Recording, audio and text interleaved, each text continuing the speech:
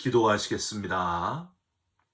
하나님, 성탄절을 기다리며 오늘도 우리를 깨워주시고 첫 시간을 주 앞에 엎드리며 출발하게 하신 것을 감사드립니다. 하루 종일 우리와 동행하여 주셔서 우리의 입술과 손과 발 모두가 주님을 닮는 시간이 되게 하여 주시옵소서. 답답하고 괴로운 마음 주님께 맡기며 기도할 때에 해결하시는 주님의 손길을 체험하게 하여 주옵소서. 우리가 알지 못하는 크고 은밀한 일을 행하실 줄 믿습니다. 주님 은혜를 더하여 주시옵소서. 우리의 기도 들으시는 예수 그리스도의 이름으로 기도 올리옵나이다. 아멘. 오늘 말씀은 누가복음 20장 20절부터 26절까지의 말씀입니다.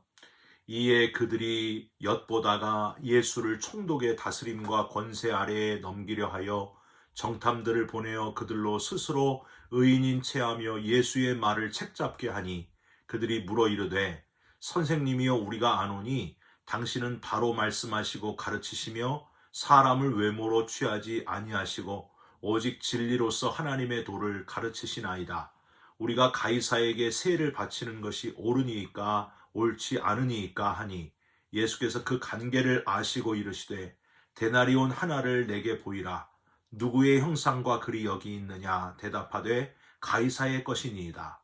이르시되 그런즉 가이사의 것은 가이사에게 하나님의 것은 하나님께 바치라 하시니 그들이 백성 앞에서 그의 말을 능히 책잡지 못하고 그의 대답을 놀랍게 여겨 침묵하니라. 아멘.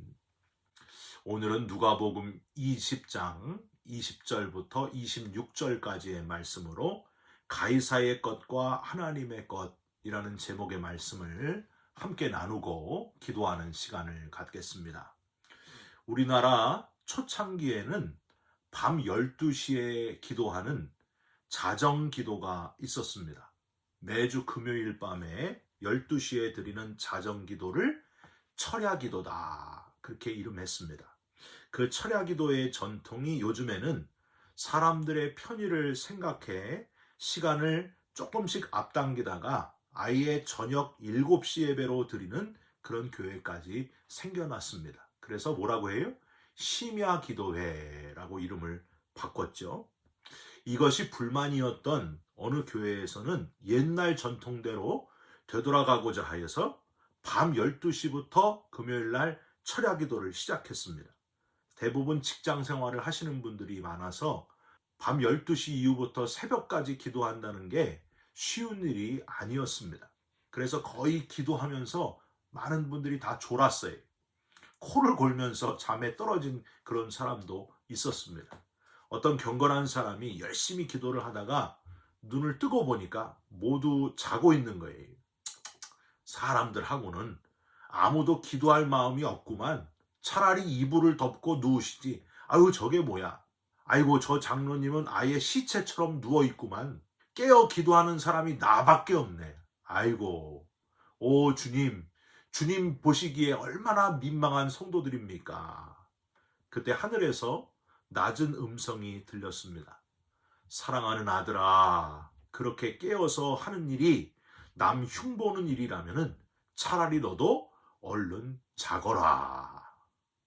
사랑하는 성도 여러분, 다른 사람이 어떻게 신앙생활 하는지 판단하려고 하는 지적하고 싶은 욕구를 억누르시고 신앙의 본질에 집중하는 내가 정말 바르게 신앙생활 하는가, 바로 내 자신을 돌아보면서 수시로 자기 자신을 체크하는 성숙한 그리스도인으로 살아가시기를 주님의 이름으로 부탁드립니다.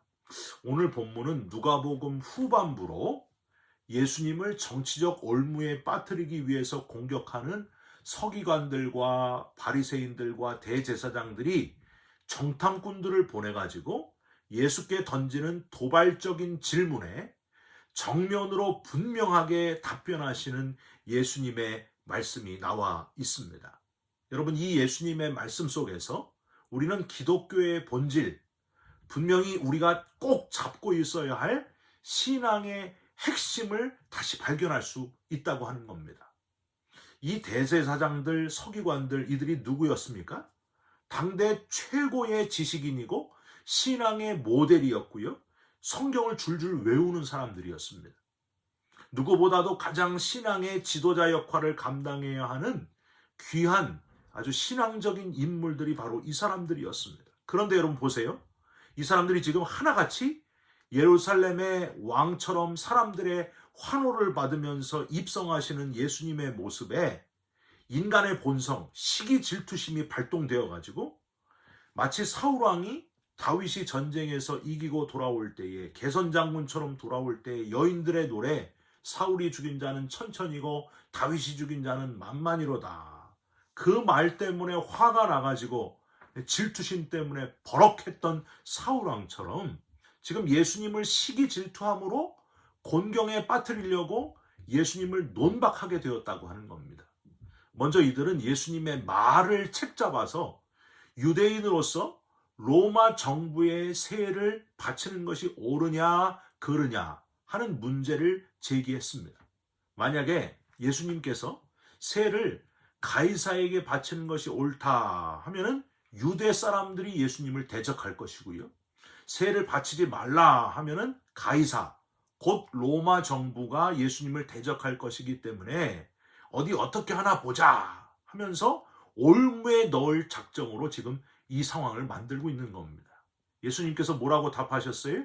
그 유명한 구절 25절 가이사의 것은 가이사에게 하나님의 것은 하나님께 바쳐라 이렇게 말씀하셨습니다. 이 대답에서 우리는 기독교의 본질로 돌아갈 수 있는 아주 중요한 요소를 발견할 수 있습니다. 바로 하나님 나라 백성된 자는 하나님을 주인으로 섬기지만은 이 땅의 질서에 대해서도 순응해야 한다 하는 것을 우리는 깨달을 수 있습니다. 가이사의 것은 가이사에게 하나님의 것은 하나님께라는 표현은 난 잘 모르겠다 그런 치부하는 그런 표현이 아닙니다. 가이사의 것은 가이사에게, 즉 세상의 질서에도 순종하라. 그러나 하나님의 것은 하나님께, 세상과 대적되지 말고 세상에 순응하되 세상 속에서 신앙의 본질은 절대 놓쳐서는 안 된다. 이 교훈이 담겨져 있는 말입니다. 즉 세상은 죄악된 곳이라고 세상과 완전히 담을 쌓는 것 그거 하지 말라는 거예요. 그렇다고 세상의 가치와 하나님을 그저 좋은 게 좋다고 그냥 신앙과 세상의 가치를 막 뒤범벅시키는 것도 하지 말라는 겁니다. 이게 예수님이 말씀하신 표현의 속뜻이었습니다. 포장된 기독교가 되지 않는 일, 껍데기 기독교가 되지 않는 방법이 뭔가? 분명한 신앙의 기준을 가지고 하나님의 가치와 세상의 가치를 지혜롭게 균형을 맞춰가는 것, 이게 기독교의 본질이라고 하는 겁니다. 그냥 세상은 다 죄악된 곳이다, 마귀의 소굴이다, 그것도 아니고요. 또 세상과 신앙이 막 그냥 짬뽕이 돼가지고 양다리 걸치고 신앙인인지 아닌지 그냥 하고 싶은 거 다 하고, 이것도 아니라는 거예요. 세상 속의 그리스도인은 세상에만 또는 교회에만 머물러 있는 사람이 아닙니다. 교회에 와서 하나님을 뜨겁게 만났으면요, 계속 교회에 있지 말고 이제 세상으로 나가야 됩니다. 그래서 받은 은혜와 깨달음을 가지고 세상을 향해 나아가서 분명한 기준, 세상 속으로 들어가서 세상의 기준을 바로바로 세워가는 것, 하나님의 기준으로 세상의 잘못된 기준들을 수정해 가는 것, 그게 바로 균형 잡힌 그리스도인이라고 하는 겁니다. 트랜스포머, 세상을 변혁시키는 그리스도인이 돼야 된다고 하는 거예요. 이것은 마치 수영하는 것하고 똑같습니다. 물 밖으로 나와서도 안 되고 물 안으로 완전히 가라앉아도 안 되는 상태, 그 상태가 수영을 잘하는 상태잖아요. 우리 기독교인들이 그런 상태로 세상에서 세상과 완전히 섞이지 말고 세상과 다르게 그리스도인으로 살아가야 된다 하는 겁니다. 균형 잡힌 그리스도인, 수영을 하면서 앞으로 나아감으로 방향성을 잃은 자들에게 방향성을 제시해주고 한 방향을 향하여 하나 되게 하는 것, 이게 바로 참 그리스도인의 모습이라고 하는 겁니다. 여러분, 부패한 16세기 로마 카톨릭에 대항해서 종교개혁을 일으킨 마틴 루터가요, 두 왕국설을 주장을 했습니다. 루터는 갈라디아서 강의, 세속 권력에 대한 복종의 한계, 평화를 위한 재언, 농민 폭도들의 만행에 반대함, 농민을 가혹하게 적대한 논문에 관한 공개 서한 등의 논문들 속에서 정치와 종교의 분리를 아주 강하게 강조했습니다.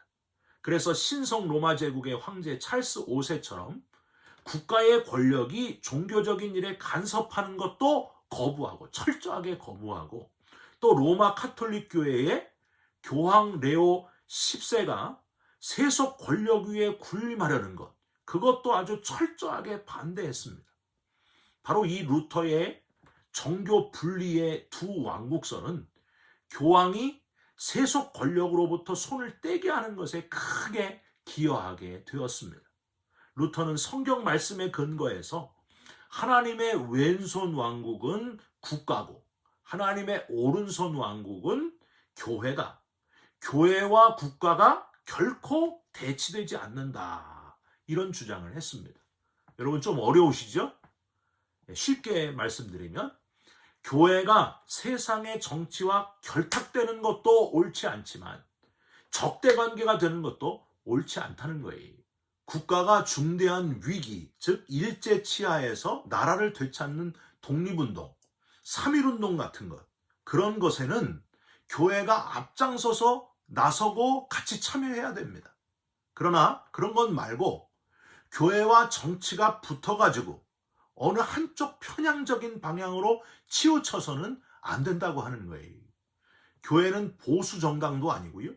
교회는 진보 정당도 아니라고 하는 겁니다. 나이든 보수 세대에 치우쳐서도 안 되고 젊은 진보 세대에 치우쳐도 안 된다 하는 말입니다. 여러분, 이게 기독교의 본질이라고 하는 거예요. 교회는 경상도도 아니고 전라도도 아니고 부자들만을 위한다거나 가난한 자들만을 돕는 자선단체로만 치우치는 것도 교회의 본질을 놓치게 만든다 하는 겁니다. 여러분, 제가 한국에 있을 때요, 이런 일이 있었어요. 벌써 한 15년, 16년 전이네요. 그때가 이제 대통령, 이명박 대통령 뽑을 때인데, 바로 전에 이제 어떤 가정에 제가 신방을 했는데, 그분이 신방 예배를 잘 드리고, 거기서 그냥 끝나면 좋은데, 이제 식사를 하는데 저한테 어려운 질문을 하는 거예요. 목사님, 이명박 뽑아야 되죠? 이런 분은요, 정말 목사님을 괴롭게 하는 거예요. 제가 그렇게 대답을 했습니다. 하나님이 기뻐하시는 분을 뽑으세요. 그랬더니 이분이 신방을 끝내고 다른 분한테 바로 이상한 소문을 냈어요. 이성기 목사님은 전라도다. 전 너무 마음이 아팠습니다. 제가 경기도 출신인데 전라도가 아닌데 그분이 잘못 소문내서 마음 아픈 게 아니고요. 한국 사람들은 지나치게 흑백 논리, 우군 아니면 적군 논리에 너무 깊이 빠져 있구나. 이게 옛날 삼국시대, 고구려, 백제, 신라 시대부터 정말 뿌리 뽑기 어려운, 정말 어쩔 수 없는 거구나. 여러분, 어느 한쪽의 시각에서 다른 쪽을 적으로 바라보는 것, 이건 그리스도인의 모습, 기독교의 본질이 아니라고 하는 겁니다. 교회는요, 전라도 출신과 경상도 출신이 하나 되는 곳입니다. 어른과 아이가 하나 되는 곳입니다. 부자와 가난한 자가 하나 되는 곳이고요. 보수와 진보가 하나 되는 곳입니다. 뭘로 하나 돼요? 진리 되시는 오직 예수 그리스도로, 예수 그리스도의 십자가에 구원받은 감격을 가지고 용서받은 그리스도인으로 하나 되는 곳이 바로 교회입니다. 여러분, 그래서 교회에서 자꾸 정치 이야기 하지 말라는 거예요. 예수 그리스도께서 저를 위해, 그리고 여러분들을 위해 십자가에서 죽으심으로 한 피바다 한 몸 이룬 형제 자매가 된 공동체, 각종 분열로 나누어진 이 세상을 향하여 하나됨이 뭔지를 알려주는 유일한 공동체, 그게 바로 교회라고 하는 겁니다. 여러분, 세상에 어떤 공동체도요, 완벽하게 하나 될 수가 없습니다. 이 세상을 하나 되게 할 수 있는 유일한 공동체는 주님의 몸된 교회밖에 없다는 거예요. 우리는 어느 출신이건 다 그리스도 안에서 용서받은 죄인들이기 때문입니다. 출신, 지역, 학벌, 무슨 성별 차이, 부의 차이, 생각의 차이, 사상의 차이, 견해의 차이, 이 모든 차이들보다도 우리를 위해, 우리 모두를 위해 죽어주신 그분의 피 때문에 가장 고상한 가치를 발견하고 하나 되는 구원받은 사람들의 모임이 바로 교회라고 하는 거예요. 여러분, 이게 바로 신앙의 본질입니다. 세상에서는 나누어졌을지라도 주님의 몸된 교회 안에서 주님의 십자가 앞에 갚을 수 없는 생명을 내어주신 그분 앞에 그 은혜 아래에 용서받은 죄인된 우리 모두가 하나 되는 공동체, 거룩한 교회를 함께 이루어 가시기를 주님의 이름으로 부탁드립니다. 안 믿는 자가 교회에 와서 먼저 믿은 텃세 부리는 이들에게 상처받고 나가는 곳이 돼서는 안 됩니다.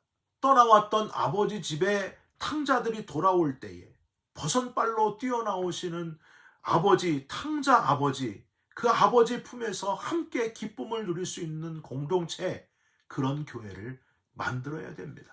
여러분, 그게 바로 참 교회라고 하는 거예요. 그래서 교회는 새로운 사람들이 자꾸만 들어오면서 변화되고 그리스도 안에 한 몸을 이루는 공동체가 되어야 됩니다. 여러분, 그런 공동체를 이루어 가시는 참 교회, 참 그리스도인이 되시기를 주님의 이름으로 축원드립니다. 기도하겠습니다.